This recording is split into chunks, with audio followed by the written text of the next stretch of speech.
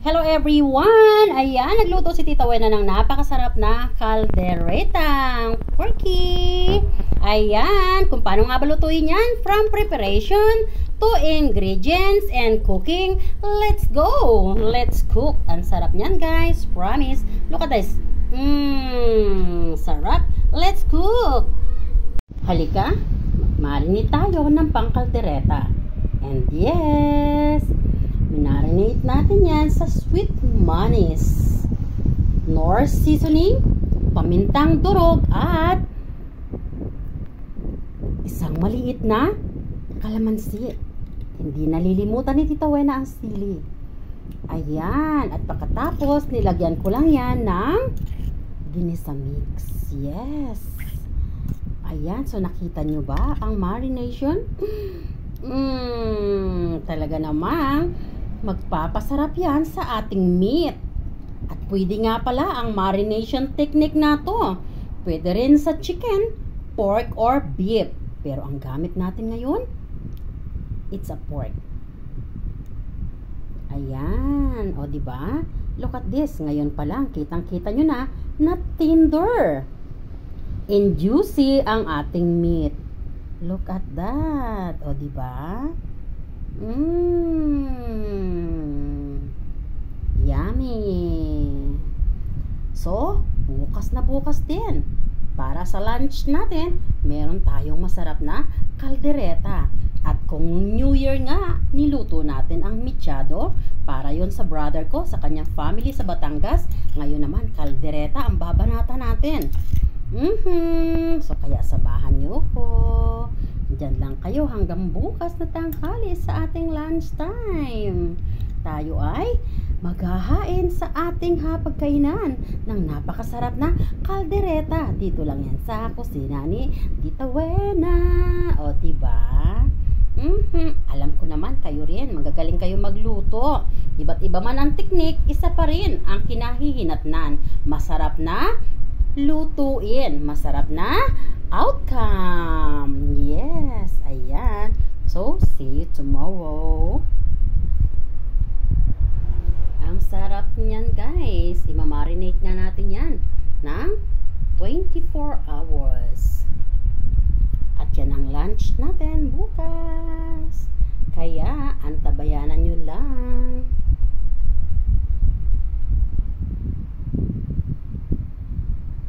Ang bango guys. Ang bango-bango ng pagka-marinate ko. Ayan, so i-cling wrap ko na yan at ilalagay ko yan sa aking refrigerator. O, diba? Bango ah. Ganyan din ba kayo mag-marinate ng inyong pang caldereta? But for sure, lahat tayo may kanya-kanyang method sa pagmamarinate ng ating pang caldereta. Yung iba dyan, hindi na nagmamarinate. Pero, talaga namang mas masarap yung minamarinate muna. Para suk na suk ang lasa sa meat. Yes, ayan. So, halina kayo. Cling wrap na natin yan. Para ilagay na natin sa refrigerator. So, see you tomorrow ha, sa ating pagluluto nito. Ayan. At ito na nga, na-marinate na natin yung ating pang caldereta. Joran. At syempre, ready na nga ang ating mga gagamitin dyan.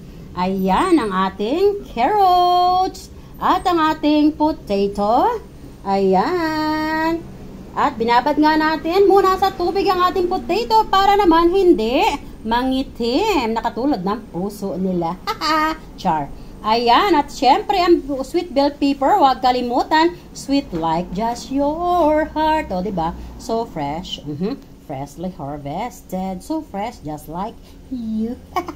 At syempre nga, sa pagluluto ng ating caldereta, hindi natin makakalimutan ang ating garbanzo sauce. Syempre, ang ating tomato paste para mas malapot siya, masarap. Huwag nga natin kalimutan din ang ating cheese. Yes, ayan. At syempre, para mas tender and juicy ang ating meat na ikakaldereta, lagyan natin yan ng pineapple juice.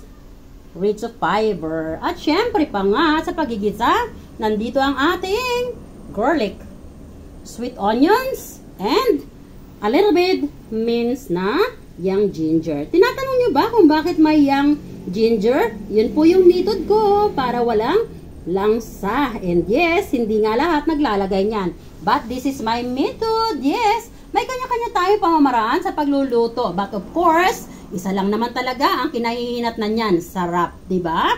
Kaya naman, yun nga ang aim natin sa pagluluto. Pasarapin ang bawat niluluto natin para naman sa paghahain natin sa hapagkainan para sa ating mga mahal sa buhay ay andun ang sarap. Kaya naman, halina kayo at tayo ay mag-gisa na. But, hihiwain ko muna yan, syempre.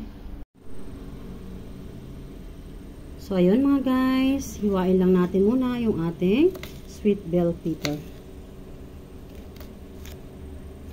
Ayan. At tayo ay now magigisa na. So, ayun guys, tayo ay magluluto na ng kaldereta at ang gagamitin nga natin na oil para mas masarap ay yung pinagprituhan ng baboy. Ayan, para mas malasa. Ayan.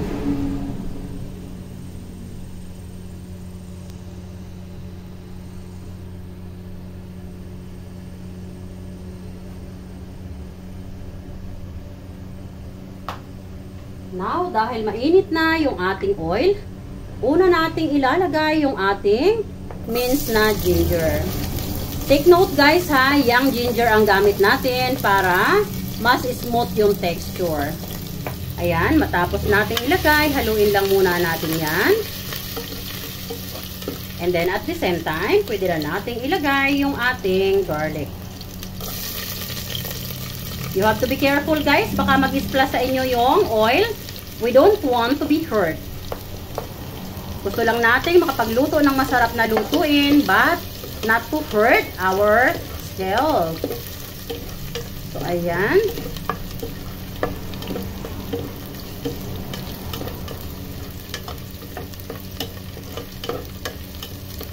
Ayan, hayaan lang natin na mag-golden brown yan ha, bago natin ilagay yung ating sweet onions. Sweet just like you. Ayan. So, pag ganyan na guys, ang texture ng ating garlic and ginger, pwede na natin ilagay ang ating onions. Ang gamit ko nga po pala ay yung puting sibuyas. Gusto ko ito, mas matamis to eh. Pero, it's up to you guys kung ang gusto nyo gamitin ay yung red. Pero ako gusto ko itong gamitin. Ayan, pag nag-translucent na yung ating ginger, ay pwede na nating ilagay ang pork. Ayan. Now, ay pwede na tayong maglagay ng pork, no?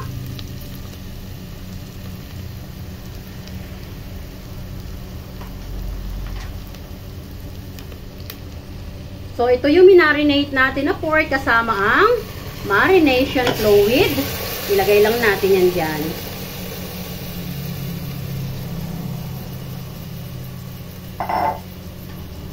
Then, haluin lang natin.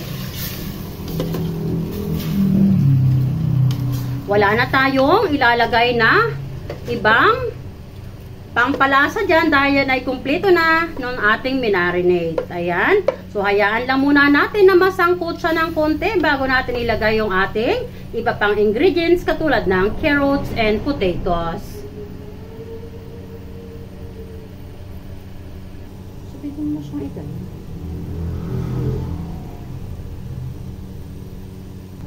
Para ipakita.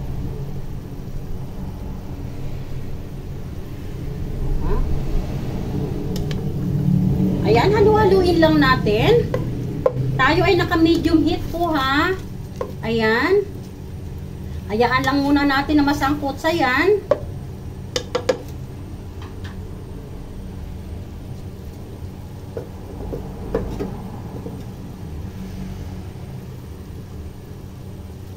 And then, habang sinasangkot sa kungayan, ay hihiwain ko naman yung aking mga carrots and potatoes. And now, hiwain na natin yung ating carrots. Ayan. Ang galing ng kutsilyo ko guys, ang talim. Regalo sa akin to ng bunso ko. Ang galing, di ba? Ang ganda. Pag may luluko-luko sa akin, yung mga nangungutang na hindi marunong magbayad, hiwain ko sila nito. Char. O, diba? So, ito naman ngayon, ang ating potato.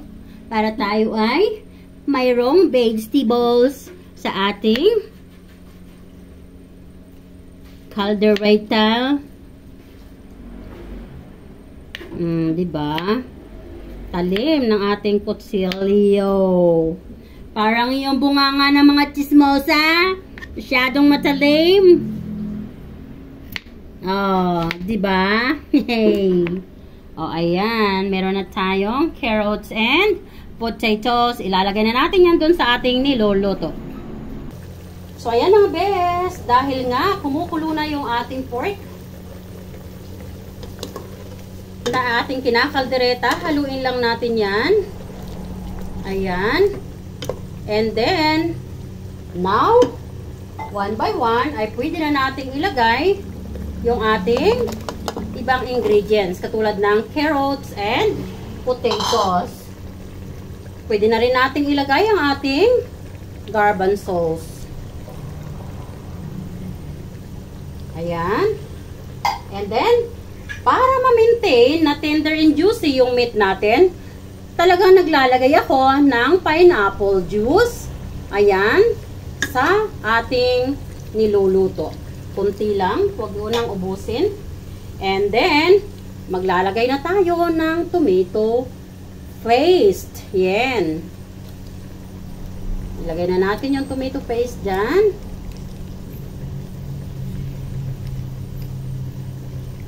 Mamaya tayo maglalagay ng cheese pag napalambot na natin yung ating pork.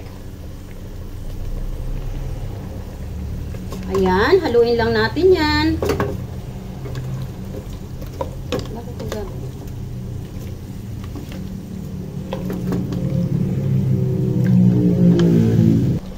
So, ayan guys, dahil ang ating kinakaldereta ay kumukulo na.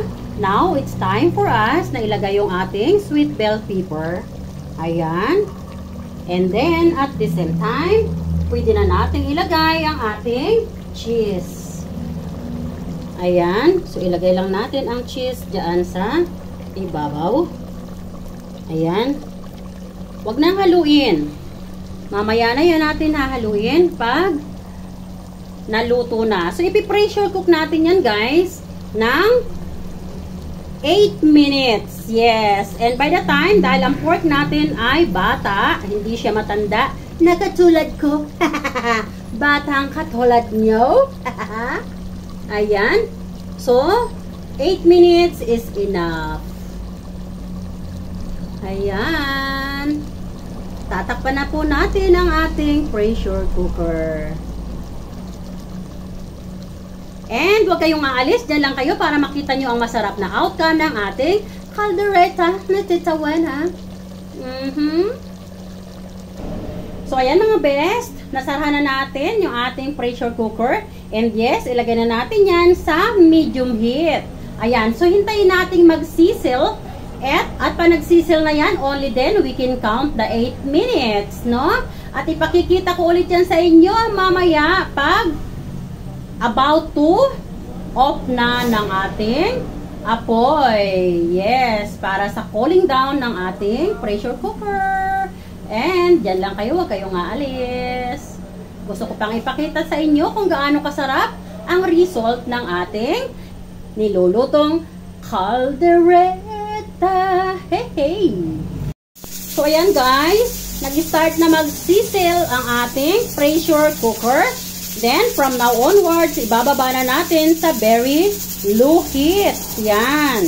Baba na natin sa very low heat. And then, we will begin to count 8 minutes from now onwards.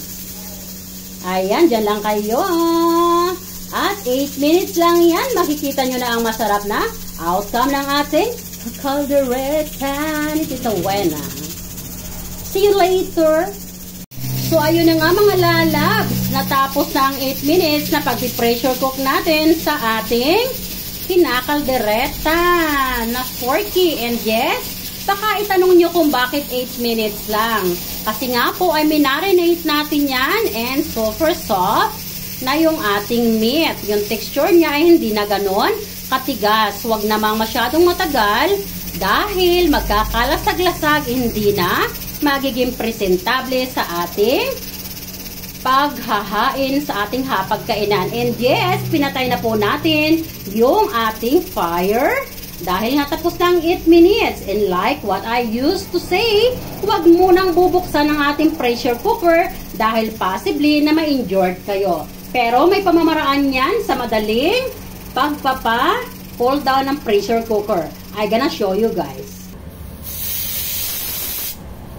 Ayan guys, ito yung pamamaraan na mabilis mag-pull down. Itapat natin sa faucet. Naririnig nyo yung sounds, no? So means, nagre-release yung pressure niya.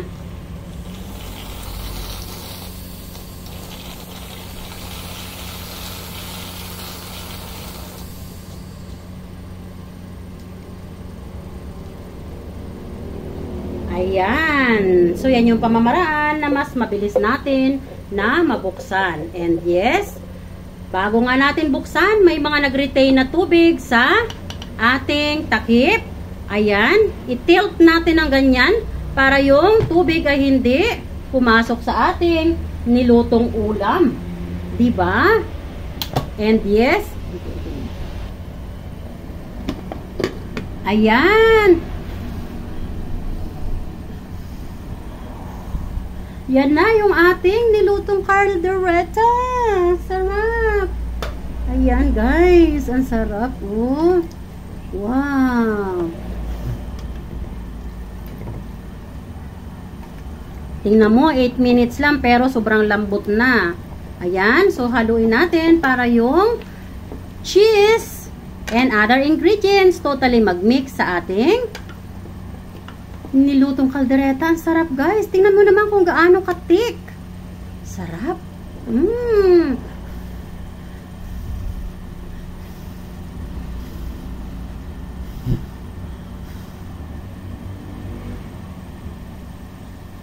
Look at that. Oh, delicious. At ang sauce natin, very, very thick. O, diba? Perfect yung nagawa natin. Kaldereta. Ayan, ang sarap ng ating kaldereta. Tingnan nyo naman kung gaano perfect. So, yan ang methods ng kaldereta ni Tita Wena. So, sana ay may natutunan na naman kayo panibagong recipe, panibagong lutuin na may hahain sa inyong hapagkainan na magpapasaya sa inyong family member. And Tita Wena always saying, don't forget to keep loving one another. And Tita Wena always love you guys. Ayan. This is so good. So delicious. And the salsa, so thick. Look at that. Delicious. Ooh, wow. Thanks for watching guys. I love you all.